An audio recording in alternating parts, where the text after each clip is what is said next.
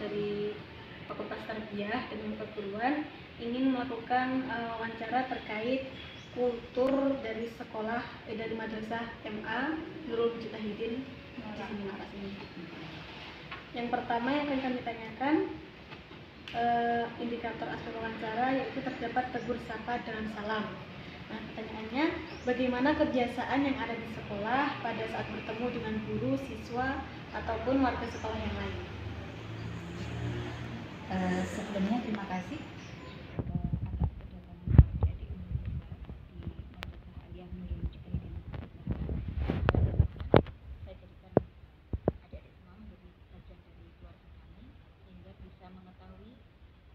mengobservasi apa yang terjadi kondisi di Madrasah Aliyah Nurul Mujtahidin.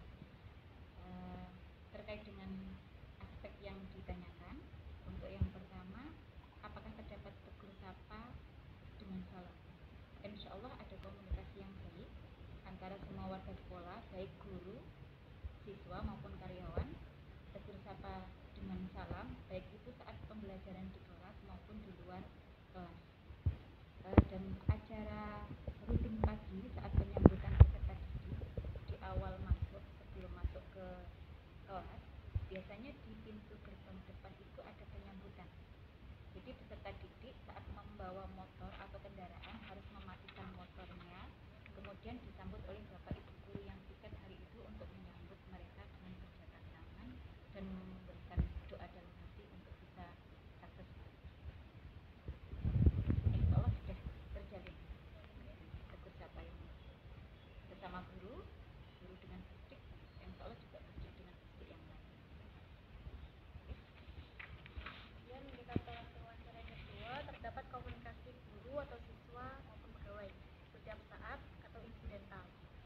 Nah, bagaimana komunikasi antar guru, siswa, dan seluruh warga sekolah di lingkungan sekolah, baik di jam pelajaran maupun di luar jam pelajaran? Kalau komunikasi antar guru otomatis dilaksanakan di kantor pasti. Insya Allah di sini antar guru tidak ada yang apa ya istilahnya berseteru. Insya Allah antar guru, insya Allah kita rukun sebagai satu keluarga. Begitu juga antara guru dengan siswa, insya Allah juga kita bertegur sapa dengan baik, komunikasi dengan baik, khususnya di dalam penyampaian materi di jam belajar. Dan insya Allah tegur sapa yang lain juga tidak hanya terkhusus di kegiatan belajar di kelas. Insya Allah tetap ada komunikasi yang baik antara guru dengan siswa di luar jam sekolah. Misalkan anak-anak berbelanja di kantin ataupun di kopsis, insya Allah di sana nanti akan ada guru standby yang piket yang insya Allah juga akan melakukan komunikasi yang baik dengan guru. Andaipun ada anak-anak yang berkeluh kesah, ingin mengadu, ingin berbicara, insya Allah guru akan selalu terbuka dan meluangkan waktunya di luar jam belajar. Insya Allah komunikasi akan berjalan dengan baik. Kemudian indikator aspek wawancara yang ketiga, terdapat kegiatan bersama antara guru, siswa, pegawai, harian, mingguan, bulanan maupun semesteran. Bagaimana kerjasama antara guru, siswa, dan warga sekolah yang lain di lingkungan sekolah? Kalau kerjasama yang dilakukan antara guru dan siswa dan warga sekolah yang lain di sekolah selalu dilakukan. Kalau kerjasama yang utama karena mereka datang ke madrasah ingin belajar, pasti kerjasama pada saat belajar mengajar di kelas. Selain itu di luar jam belajar mengajar di kelas, insya Allah tetap ada kerjasama yang baik antar guru dengan siswa. Yang salah satu contoh saja nih, adanya kegiatan kerja bakti lingkungan madrasah sekolah.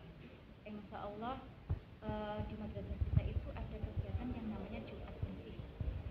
Jadi pagi-pagi sekali biasanya dilakukan kegiatan untuk bersih lingkungan. Jadi semuanya terlibat, guru, siswa membersihkan lingkungan madrasah secara bersama. Itu kalau yang mungkin kegiatan mingguan. Kalau kegiatan bulanan yang dilakukan kerjasama yang baik, kalau antar guru insya Allah guru selalu mengadakan rapat bulanan. Jadi ada komunikasi yang baik antara kepala madrasah, guru yang satu dengan guru yang lain. Jadi permasalahan apa yang ada di madrasah dibahas pada waktu rapat. Jadi setiap rapat itu biasanya ada evaluasi kepala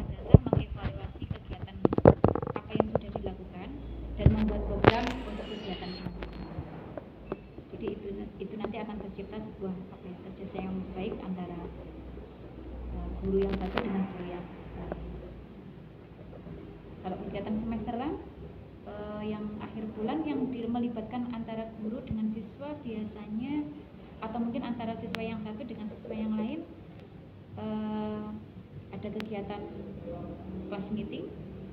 Kalau di akhir semester pada saat menjelang pembagian rapot biasanya ada kerjasama yang baik antara guru, khususnya yang tidak jadi wali kelas, untuk mendampingi anak-anak dalam kegiatan class meeting.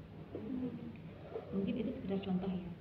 Mungkin kegiatan yang lain nanti bisa perkemahan juga. Kalau untuk kegiatan upacara itu Bu, gimana? Saya lupa menyampaikan ya. Masuk. Untuk upacara rutin sama dengan di madrasah lain, kita pelaksanaan upacara itu dilaksanakan setiap hari Senin pagi. Berarti hitungannya memakan waktu 1 jam pelajaran. Jadi kalau kita biasanya itu sampai jam ke-9, berarti jam pertama dipakai untuk upacara. Diikuti oleh semua peserta didik dan guru yang mengajar. Soalnya nanti untuk foto-foto kegiatan di waktu pelaksanaan upacara, insya Allah nanti kami berikan. Kemudian pertanyaan yang keempat,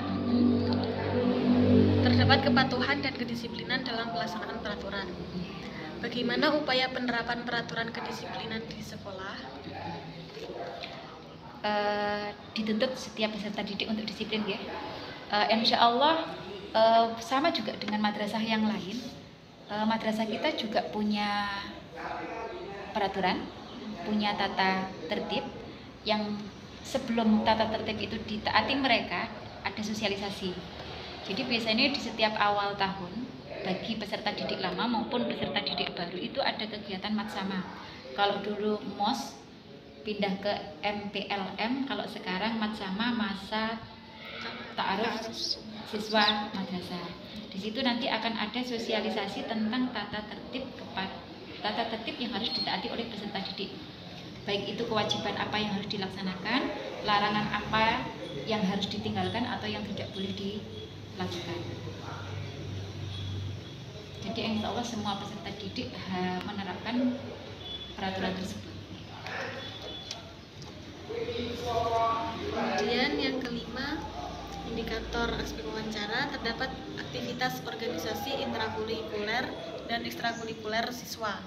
Apakah seluruh siswa terlibat aktif dalam kegiatan intrakurikuler maupun ekstrakurikuler?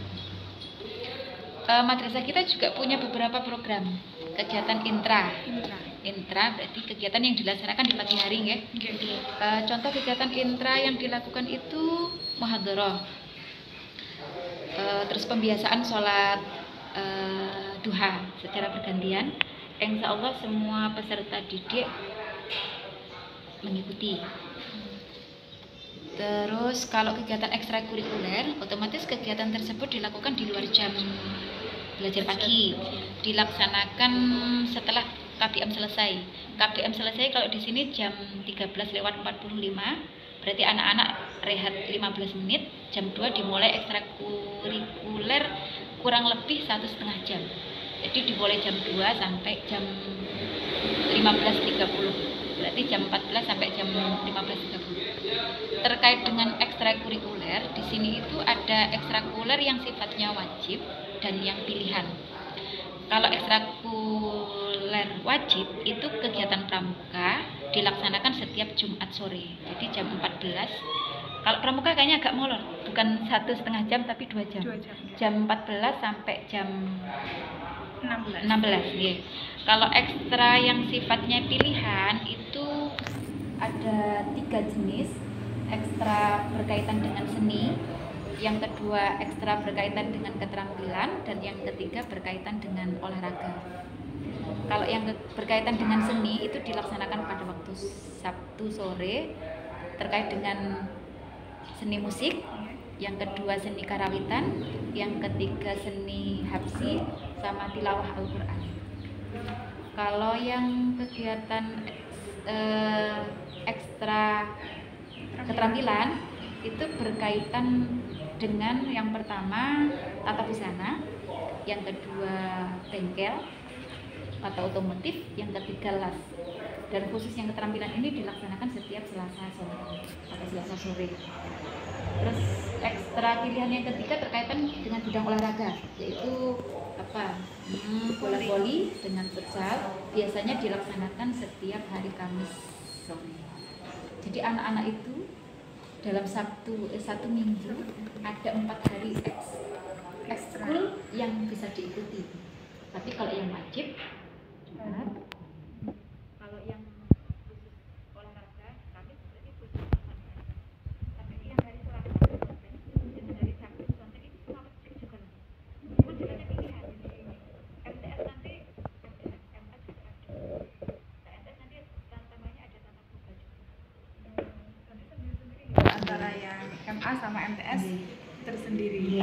Jadi programnya insya Allah kalau keterampilan MTS nanti ada sendiri, juga seninya juga ada sendiri. Mohon maaf tadi saya tidak menyebutkan seni tari ya. Di sini ada, tadi seni tari nanti maksudnya di MTS.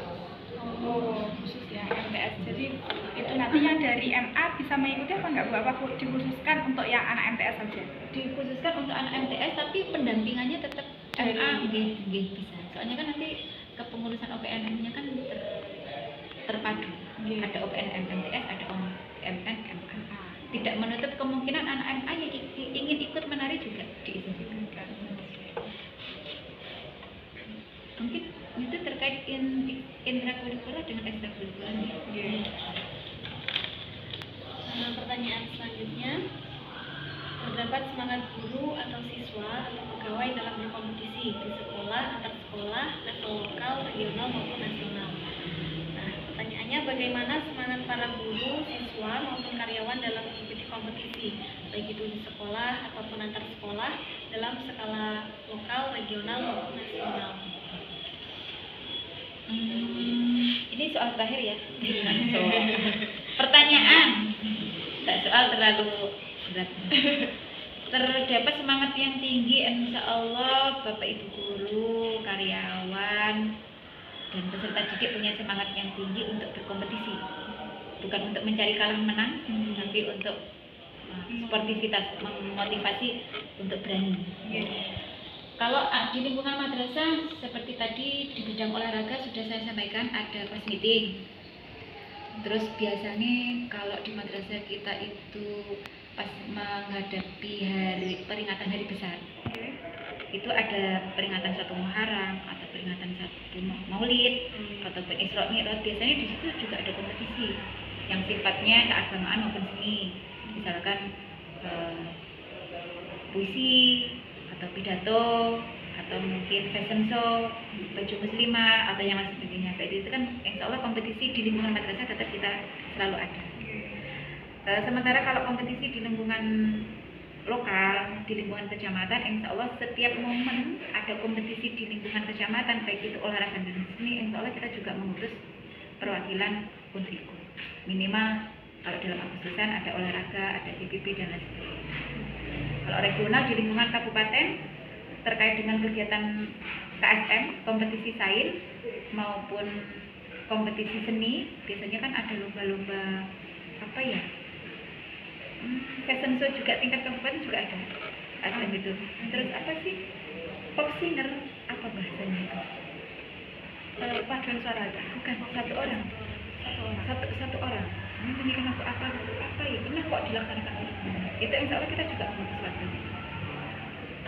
Terus kalau yang sifatnya nasional kita juga mengikuti juga kayak KSM tingkat provinsi maupun tingkat nasional. Baru-baru ini juga ada KSM, madrasah kita juga memutus wakilnya untuk KSM itu ada 3 mapel yang dikompetisikan.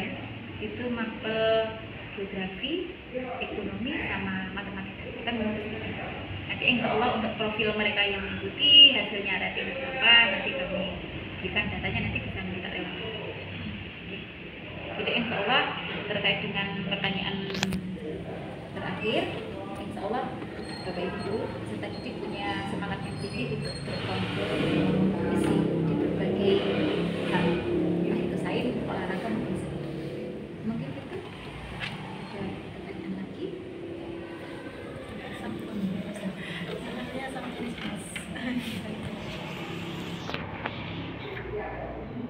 bisa Bu. Kami dari mahasiswa Pesantren Ponorogo mengucapkan terima kasih kepada panjenengan sampun meluangkan waktu untuk berbagi informasi dengan kami. Nggak apa, kayak bisa. Ini kan terbuka, siapapun berhak untuk bicara. Saya juga tidak ingin memanipulasi pembicaraan, saya mau memancing jenengan tanya apa gitu, biar nggak saya banyak yang berbicara. Terima kasih pokoknya Bu, intinya mohon bantuan dan bimbingannya terkait kegiatan magang kita. Oke, ini tadi sebagai informasi yang bisa kami berikan ya. Kemungkinan ada sesuatu yang ada di otak saya, tetapi saya belum ngeh, saya belum bisa menyampaikan, nanti bisa menyusul. Cuman pesan saya, satu, panjenengan adik-adik di sini kan mestinya maaf. Pesan kami, Anda panjenengan melihat sesuatu, penelitian di sini ada sesuatu yang baik.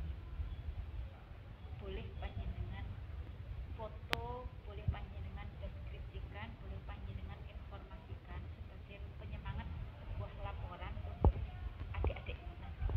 Tapi kalau panjenengan nanti menemukan di dalam observasi ini sesuatu yang kurang atau negatif, mohon berhati-hati. Sebarluaskan apa?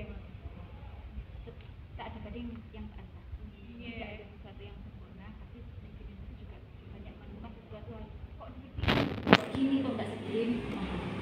Karena jenengan sudah jadi ahli kami. Kalau ada sesuatu yang baik, sampaikan. Kalau ada sesuatu yang kurang baik, tutup, kasih solusi, dan kita selesaikan bersama. Terima kasih Bu atas kerjasamanya.